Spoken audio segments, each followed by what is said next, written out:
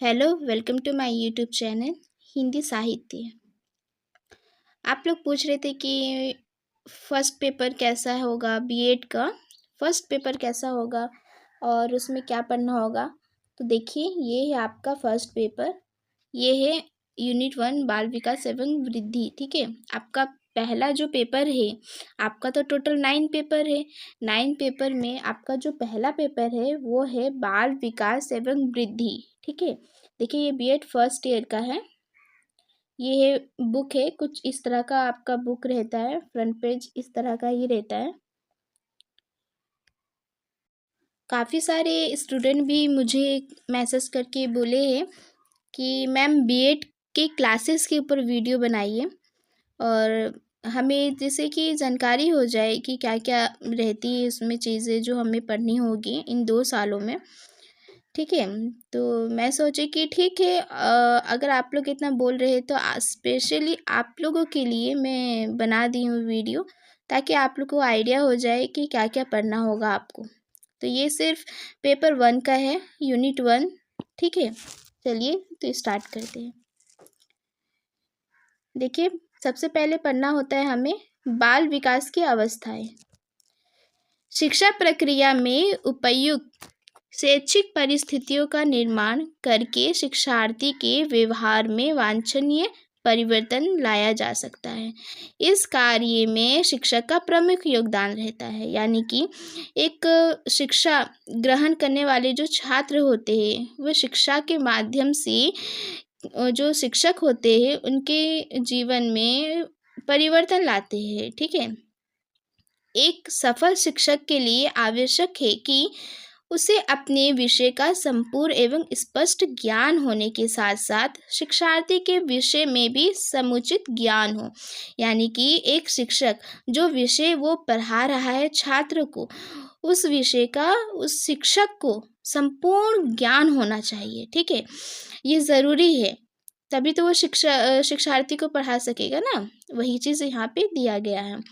शिक्षार्थी के विषय में जानने के लिए शिक्षक को उसकी अभिवृद्धि एवं विकास के बारे में तथा इनके परिणाम स्वरूप होने वाले परिवर्तनों को जानना परम आवश्यक है। और जो शिक्षक है, जो शिक्षार्थी है, उनके विषय में भी जानना बहुत ज़रूरी है। ठीक है, उनके विकास के बारे में, अभिवृद्धि के बारे में और होने वाले परिणाम के बारे में, और जो उनके मतलब जो उनमें परिवर्तन हो रहे हैं वो सब के बारे में जानना शिक्षक को बहुत ज़रूरी है। अतः बाल विकास की विभिन्न अवस्थाओं का वर्णन करने से पहले अभिवृद्धि एवं विकास का अर्थ, स्वरूप एवं विकास के विभिन्न पक्षों पर संक्षेप में विचार कर लेना आवश्यक है। यानी कि जो ये बाल विकास है उनके विभिन्न अवस्थाएं होती है, जैसे आपको पता है, आगे आप पढ़िएगा कि बाल विकास की बहुत सारी अवस्थाएं होती, जैसे शिशुअवस्था, बाल्यावस्था, किशोरावस्था। ठीक है, तो उनको जानने से पहले हम क्या करेंगे कि उनके जो विकास है, अभिवृद्धि है, ये सब का अर्थ जानना और स्वरूप जानना बहुत ज़रूरी है। ठीक है, तो उनके मतलब अवस्थाएं से पहले हमें ये जानना परम आवश्यक है। ठीक है, अब देखते हैं आगे। देखिए, उसके बाद आता है अभिवृद्धि एवं विकास का अर्थ। ठीक है, और एक चीज़ मैं आपको बोलना चाहूँगी, आप जब पढ़ेंगे ना, जब आपका एडमिशन जैसे हो जाएगा, जब आप क्लासेस जाइएगा तो अच्छे से पढ़िएगा, क्योंकि ये सारी चीज़ें आपको बहुत इम्पोर्टेंट है। आपका क्या करते हैं ना, सीटेट में भी बहुत हेल्प आपको मिल जाएंगी ये सब चीज़ें। ठीक है, चलिए देखते हैं अभिवृद्धि एवं विकास का अर्थ। अभिवृद्धि और विकास दोनों शब्द प्राय एक ही अर्थ में प्रयोग किए जाते हैं। ठीक है, दोनों का एक ही अर्थ ही होता है लगभग, किंतु मनोवैज्ञानिकों के अनुसार इनमें कुछ अंतर होता है। ठीक है, यानी कि कुछ कुछ मनोविज्ञान है जो कि विकास का अर्थ अलग बताए हैं और अभिवृद्धि का अर्थ अलग बताए हैं। देखिए, सोरेनसन यानी कि उनके विचार में, उनके अनुसार अभिवृद्धि का क्या अर्थ होता है। देखिए, वे कहते हैं कि अभिवृद्धि शब्द का प्रयोग सामान्यतः शरीर और उसके अंगों के भार तथा आकार में वृद्धि के लिए किया जाता है। ठीक है, यानी कि अभिवृद्धि शब्द का प्रयोग किस लिए किया जाता है? शरीर के और उसके अंगों के भार तथा आकार की वृद्धि के लिए किया जाता है। वृद्धि को नापा और तोला जा सकता है। ठीक है, वृद्धि जो होता है उसको नापा और तोला जा सकता है। विकास का संबंध अभिवृद्धि से आवश्यक होता है, पर ये शरीर के अंगों में होने वाले परिवर्तनों को विशेष रूप से व्यक्त करता है। ठीक है, ये किसके अनुसार है? ये सोरेनसन के अनुसार है। देखिए उदाहरण यहाँ दिया गया है ताकि और भी अच्छी तरीके से समझ में आ सके। बालक की हड्डियां आकार में बढ़ती है, वे बालक की अभिवृद्धि है। ठीक है, जो छोटा सा बालक होता है वो थोड़ा थोड़ा बड़ा होता है तो उसके जो आकार में क्या होता है वो मतलब बढ़ता है ना, तो उसमें क्या होता है कि वो अभिवृद्धि कहलाता है। किंतु हड्डियां कठोर हो जाने के कारण उनके स्वरूप में जो परिवर्तन आ जाता है ये विकास को दर्शाता है। यानी कि जो एक छोटा सा बच्चा होता है, बालक होता है, उनकी जो मांसपेशियाँ होती है, जो हड्डी होती है, क्या होती है? कोमल होती है। अब वो धीरे धीरे बढ़ता है तो वो अभिवृद्धि के अंतर्गत आता है। और जब वो कठोर हो जाता है, ठीक है ना, क्योंकि छोटा होता है, कोमल होता है, जैसे जैसे बड़ा होता है और वो कठोर होता है तो वो क्या कहलाता है? वो विकास कहलाता है। ठीक है, इस प्रकार विकास में अभिवृद्धि का भाव निहित रहता है। ठीक है, आप समझ गए होंगे कि अभिवृद्धि किसे कहते हैं और विकास। चलिए आगे देखते हैं। प्रायः ये भी देखने को मिलता है कि बालक की शारीरिक वृद्धि के अनुपात में उसकी कार्य कुशलता में प्रगति नहीं होती है। ऐसी स्थिति में ये कहा जाता है कि बालक की वृद्धि तो हो गई है किंतु उसका विकास नहीं हुआ है। ठीक है, इस प्रकार विकास नहीं हुआ है। इस प्रकार विकास शारीरिक अवयवों के कार्य कुशलता की ओर संकेत करता है, जैसे कि सोरेनसन के विचार में व्यक्त है। अभिवृद्धि को मापा जा सकता है किंतु विकास व्यक्ति की क्रियाओं में निरंतर होने वाले परिवर्तनों में परिलक्षित होता है। ठीक है, देखिए यहाँ पे बताया गया है कि देखिए कुछ कुछ ऐसे बच्चे होते हैं जो बड़े तो हो जाते हैं लेकिन मतलब कि उसकी अभिवृद्धि हो गई है, लेकिन जैसे कि मान लीजिए कुछ कुछ विकास ना होने के कारण, जैसे कि मान लीजिए हमारे शरीर के अंदर कुछ कुछ ऐसी भी चीज़ें होती है ना, अंदरूनी अंग, वो जो विकास नहीं होती है। एग्जाम्पल के तौर पे हम देखते हैं कि जो कुछ जो बच्चे होते हैं जो तुतलाते हैं, मतलब रुक रुक के बोलना, स्पष्ट नहीं बोलना, ठीक है, वो क्या होता है? तो उसके अंदर में जो भी ये होता है ना, जैसे कि उसका विकास ठीक से नहीं होता है, जिसके कारण वो मतलब एक शब्द को सही रूप से उच्चारण नहीं कर पाते हैं। ठीक है, उच्चारण करने में उनको कठिनाई होती है। तो उसमें क्या हम बोलते हैं कि उनका जो मतलब अच्छे से विकास नहीं हुआ है, इस कारण से वो बोल नहीं पा रहे, एक एक आसान शब्द को भी अच्छे से नहीं बोल पाते हैं, तुतला के या रुक रुक के बोलते होंगे। ठीक है, तो यहीं पे यहाँ पे वही चीज़ बोला गया है। और बोलते हैं कि अभिवृद्धि को तो मापा जा सकता है किंतु विकास व्यक्ति की क्रियाओं में निरंतर होने वाले परिवर्तन में परिलक्षित होता है। ठीक है ना, वही चीज़ है जो अभी मैं बताई कि जो अभिवृद्धि हो रहा है, हम तो बोल सकते हैं कि अरे देखो ये बालक कितना छोटा था, अभी देखो कितना बड़ा हो गया है। ठीक है, उम्र के साथ साथ अभिवृद्धि हो जाता है, लेकिन कभी कभी ऐसा भी होता है कि विकास नहीं होता है। ठीक है, वो विकास हम कैसे देखते हैं? व्यक्ति के क्रियाओं में परिवर्तन होने पर ही हम देखते हैं कि हाँ वो ये चीज़ कर पा रहा है कि नहीं, ये अच्छे से बोल पा रहा है कि नहीं, ठीक है ना, चल पा रहा है कि नहीं। जैसे कि स्पेशल बच्चे होते हैं जो मतलब आप समझ सकते होंगे, जैसे कि जो चलने में असहाय होते हैं या फिर देखने में, बोलने में थोड़ा जो जन्म से ही होता है ना, जन्म से ही ऐसी ऐसी चीज़ें होती है जो लोग नहीं कर पाते हैं, स्पेशल बच्चे। तो उनमें क्या होता है कि अभिवृद्धि हो जाती है लेकिन विकास नहीं हो पाता। और आप देखे होंगे कि जो जो ऐसे होते हैं जो मतलब कि दिमागी हालत से थोड़ा कमज़ोर होते हैं, ठीक है, उनमें भी वही बोलते हैं कि उनका विकास ठीक से नहीं हो पाया है। ठीक है, अभिवृद्धि तो हो जाता है लेकिन विकास ठीक से नहीं होता।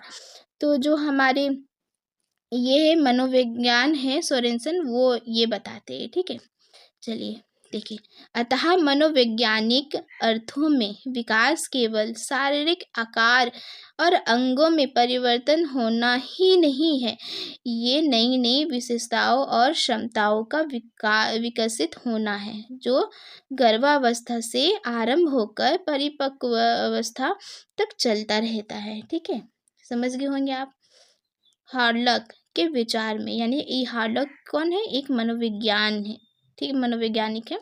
उनके अनुसार क्या है कि विकास अभिवृद्धि तक ही सीमित नहीं है, इसके बजाय इसमें परिपक्वावस्था के लक्ष्य की ओर परिवर्तनों का प्रगतिशील क्रम निहित रहता है। विकास के परिणाम स्वरूप व्यक्ति में नवीन विशेषताएं और नवीन योग्यताएं प्रकट होती है। ठीक है, अब जो देख रहे हैं ना, ये जो हाइलाइटर है, ये जो हाईलाइट किया गया है, ये सभी चीज़ें इंपॉर्टेंट है। आप ये सभी चीज़ों को याद रखिएगा। ये जो है ना, ये ज़्यादातर एग्जाम में पूछे जाते हैं और आते हैं। ये तो मोस्ट इम्पॉर्टेंट है, ये आपका आते ही आता है। विकास, अभिवृद्धि, ये सारी चीज़ें एग्जाम में आती ही आती है। ठीक है, देखिए,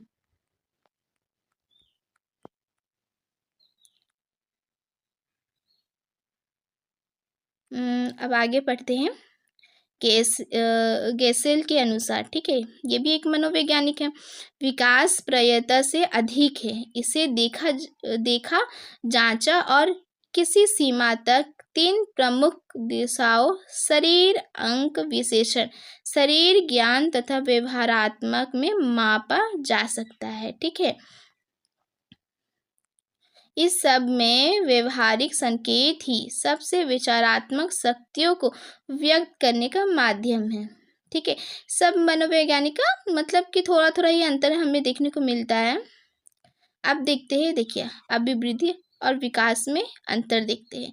उपयुक्त विवेचन के आधार पर अभिवृद्धि और विकास में निम्नलिखित भेद किए जाते हैं। अभिवृद्धि, पहला पॉइंट देखते हैं। अभिवृद्धि का स्वरूप बाह्य होता है। ठीक है, विकास यानी कि डेवलपमेंट, इसका पहला पॉइंट क्या कहता है? विकास आंतरिक होता है, जैसे कि मैं आपको बताई। ठीक है, कि अभिवृद्धि यानी बाहरी रूप से हमारा हाथ पैर तो बढ़ जाता है, मांसपेशियां तो बढ़ जाती है, लेकिन जो विकास है वो आंतरिक रूप से अगर नहीं हुआ रहता है तो हमें उस चीज़ का कठिनाई का सामना करना पड़ता है। ठीक है ना, जैसे बच्चे बोलने में सक्षम नहीं होते हैं, कोई कोई बच्चे देखने में नहीं होते, कोई चलने में नहीं होते। ठीक है, वही चीज़ है। देखिए, सेकंड पॉइंट हमारा है, अभिवृद्धि कुछ समय के बाद रुक जाती है और विकास जो है जीवन पर्यटन चलता रहता है। ठीक है, वही हमारा क्या होता है, हमारा जो अभिवृद्धि यानी कि बाह्य जो स्वरूप है वो क्या होता है कि हमारा एक टाइम में रुक जाता है ना, जैसे कि हाथ पैर सर मुंडी, वो तो रुक जाती है एक टाइम के बाद, वो थोड़ी ना बढ़ती जाती है। अगर ऐसा होता तो हमारा हाथ कितना लंबा हो जाता बढ़ते बढ़ते, ठीक है ना, और पैर भी बहुत लंबा हो जाता। तो ऐसा नहीं है, अभिवृद्धि एक टाइम में रुक जाती है और जो विकास है वो जीवन पर्यटन तक चलता रहता है। हमारा जो भी विकास होता है वो क्या है, वो जन्म से लेकर जीवन पर्यटन तक चलता ही रहता है। अब देखिए तीसरा पॉइंट, अभिवृद्धि का प्रयोग संकुचित अर्थ में होता है। ठीक है ना, ये क्या होता है ना, अभिवृद्धि संकुचित अर्थ में होता है और विकास शब्द का प्रयोग व्यापक अर्थ में होता है। व्यापक मतलब बड़ा। ठीक है, देखिए फोर्थ पॉइंट, देखिए, अभिवृद्धि में कोई निश्चित क्रम नहीं होता है। ठीक है ना, अभिवृद्धि में कोई निश्चित क्रम नहीं होता, पर विकास में एक निश्चित क्रम होता है। पांचवा पॉइंट हमारा है, अभिवृद्धि की कोई निश्चित दिशा नहीं होती, लेकिन विकास की एक निश्चित दिशा होती है। अभिवृद्धि का कोई लक्ष्य नहीं होता, लेकिन विकास का कोई ना कोई लक्ष्य जरूर होता है। ठीक है, पॉइंट 7 है, अभिवृद्धि को सीधे मापा जा सकता है। उदाहरण स्वरूप ऊंचाई और भार को सीधे मापा जा सकता है, जैसे कि हम लोग बोलते हैं ना 5 फीट, और भार जैसे कि यानी वजन, जैसे कि 50 केजी का है कोई इंसान, कोई 60 का है, वैसे ही। और देखिए, लेकिन जो विकास होता है, विकास का सीधा मापन संभव नहीं है। हम क्या किसी के विकास को माप सकते हैं? नहीं माप सकते। हमें कैसे पता चलेगा वो कितना उनका विकास हुआ है, क्या है क्या नहीं। ठीक है, विकास को सीधे नहीं मापा जा सकता है ना। अब देखिए आगे, मनोवैज्ञानिक दृष्टि से अभिवृद्धि और विकास में उपयुक्त अंतर होते हुए भी सामान्यतः दोनों शब्दों को एक ही अर्थ में प्रयोग किया जाता है। विकास एक सतत प्रक्रिया है जो जन्म से लेकर मृत्यु पर्यंत चलती ही रहती है, ठीक है। परंतु व्यवहारिक कारणों को दृष्टिगत रखते हुए ये मान लिया जाता है कि विकास की प्रक्रिया में बालक विकास की कुछ अवस्थाओं अथवा सोपानों से होकर गुजरता है। विकास की अवस्था शब्दों से संकेत मिलता है कि एक अवस्था से दूसरी अवस्था में जाने पर विकास प्रक्रिया में कुछ निश्चित परिवर्तन आ जाते हैं, ठीक है। प्रत्येक अवस्था को सफलता बालक की क्रियाओं पर आधारित होता है। अतः मनोवैज्ञानिकों ने बाल विकास को समझने के लिए बालक के विकास की विभिन्न अवस्थाओं में विभाजित किया है। विभिन्न विद्वानों द्वारा दी गई बाल विकास के आधार पर बाल विकास अवस्थाएं निम्नलिखित है। यानी कि वो जो बालक के जो विकास होती है उसके बहुत मतलब कि 4-5 चरण बांट दिए गए हैं, ठीक है। जो मनोविज्ञान है वो लोग क्या करते थे ना कि एक बालक का कैसे विकास होता है, ठीक है, जन्म से लेकर मृत्यु पर्यंत कैसे विकास होता है, वो लोगों क्या किए है कि इनको चरण में बांट दी है ताकि अच्छे से जान सके कि हर एक चरण में क्या क्या चीज़ें परिवर्तन होते हैं बालक का, ठीक है। तो इसमें देखिए पहला जो चरण आता है हमारा शैशव अवस्था। ये सब एग्जाम में आते हैं, लॉन्ग क्वेश्चन में आते हैं, कभी कभी शॉर्ट में भी जो 5 मार्क्स में भी आ जाते हैं कि शैशव अवस्था बताइए, उसके अंदर क्या क्या होता है, बालक की क्या क्या परिवर्तन होती है, ठीक है ना। तो ये सारी चीज़ें याद रखिएगा, जितना भी आपको हाईलाइट दिखाया गया है ना, हाईलाइट किया गया है, वो सब बहुत इंपॉर्टेंट है। देखिए शैशव अवस्था, इसमें देखिए शैशव अवस्था में मानव की सर्वप्रथम तथा सबसे महत्वपूर्ण अवस्था है। इस अवस्था की अवधि कुछ मनोवैज्ञानिक 3 वर्ष तथा कुछ मनोवैज्ञानिक 4 वर्ष मानते हैं। यानी कि यहाँ पे कुछ कुछ मनोवैज्ञानिक अलग अलग मानते हैं, कोई 3 तो कोई 4। इस अवस्था को भावी जीवन की आधारशिला के रूप में देखा जाता है। फ्राइड जैसे मनोवैज्ञानिक का मानना है कि व्यक्ति अपने भावी जीवन में कुछ भी बनना होता है उसका निर्धारण 4-5 वर्ष की आयु तक ही हो जाता है। इस अवस्था में शिशु परिपक्व होता है तथा दूसरे पर पूर्णतः निर्भर रहता है। शारीरिक एवं मानसिक दोनों दृष्टि से ही वे अपरिपक्व होता है तथा अपनी आवश्यकताओं की पूर्ति के लिए वे दूसरे पर आश्रित रहता है। उसका व्यवहार पूरी तरह मूल प्रवृत्ति से जुड़ा होता है जिसकी संतुष्टि वे तुरंत चाहता है। सुख की छां उसका एकमात्र प्रेरक होता है। वे हर उस कार्य से बचना चाहता है जो उसे कष्ट पहुंचाता है तथा उस कार्य को करना चाहता है जिसमें उसे आनंद मिलता है। यानी कि जो हम शैशव अवस्था का जो बालक होता है, ये तो 3 से 4 वर्ष तो माने हैं मनोवैज्ञानिक, लेकिन जो उसमें क्या होता है ना, जो फ्राइड जैसे मनोवैज्ञानिक मानना है कि जो बच्चे होते हैं वो क्या होते हैं, वो आत्मनिर्भर मतलब कि दूसरों पर निर्भर रहते हैं, आत्मनिर्भर नहीं रहते, वो खुद से कुछ कर नहीं सकते। वो क्या करते हैं ना, दूसरों पर निर्भर रहते हैं, मतलब कि कुछ भी होता है तो उनको मतलब जैसे बताते हैं या कुछ करते हैं। ये चीज़ क्या है, ये फ्राइड का मानना है, ठीक है। अब देखिए शारीरिक विकास, यानी कि शैशव अवस्था में अब देखिए शारीरिक विकास जो होता है वो किस तरह का होता है वो पढ़ते हैं। शारीरिक विकास की नींव शिशु काल में ही रखी जाती है। इस आयु में बालक स्वयं उठना बैठना तथा चलना सीखता है। फ्राइड के अनुसार जीवन के पहले 4-5 वर्ष में बालक भावी जीवन की नींव रख लेता है, ठीक है। संक्षेप में हम कह सकते हैं कि शिशु काल बालक के जीवन में महत्वपूर्ण स्थान रखता है। इस काल की प्रमुख शारीरिक विकास संबंधी विशेषताएं निम्नलिखित है। देखिए जो शारीरिक विकास जो मतलब कि शिशु होता है जो जन्म से लेकर वो 3 से 4 साल के बीच के बीच का दिया गया है। उसमें बच्चे क्या करते हैं, खुद से चलना बैठना गुरकना। आप लोगों के घर पे अगर छोटे बच्चे हैं तो आप देखे होंगे किस तरह से वो पहले जो अपने घुटने के बल गुरकना सीखते हैं, फिर धीरे धीरे बैठना, फिर खड़े होना, फिर गिर जाना।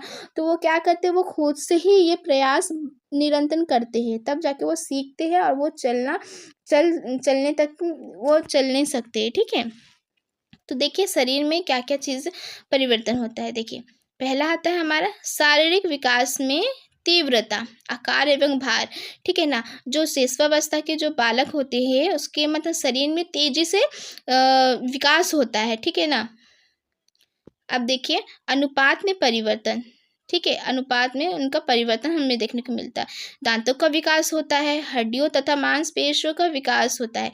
ठीक है, और नाड़ी संस्थान, पाचन प्रणाली, ठीक है ना, ये सारी चीज़ों का शारीरिक रूप से विकास होता है। अब आता है बौद्धिक विकास। बौद्धिक विकास की प्रक्रिया भी इस काल में बहुत ही विस्तृत होती है। इसमें भाषा विकास, स्मरण शक्ति, कल्पना, तर्क शक्ति, रुचियाँ, आदतें, बुद्धि, संवेदन तथा समस्या समाधान आदि पक्ष सम्मिलित होते हैं। इनमें से सभी पक्ष शिशु काल में विकसित नहीं होते। शिशुअवस्था के दौरान बौद्धिक विकास का विवरण निम्नलिखित है। यानी कि जो उसमें बौद्धिक यानी कि हमारा जो मानसिक का जो बुद्धि विकास यानी मानसिक को बोलते हैं। हमारा दिमाग किस तरह से कार्य करता है, स्मरण शक्ति उसमें हल्का हल्का आता है, कल्पना होता है हल्का, तर्क शक्ति, ये सारी चीज़ें होने लगती है। लेकिन ये सारी शिशु काल में तो नहीं होती है।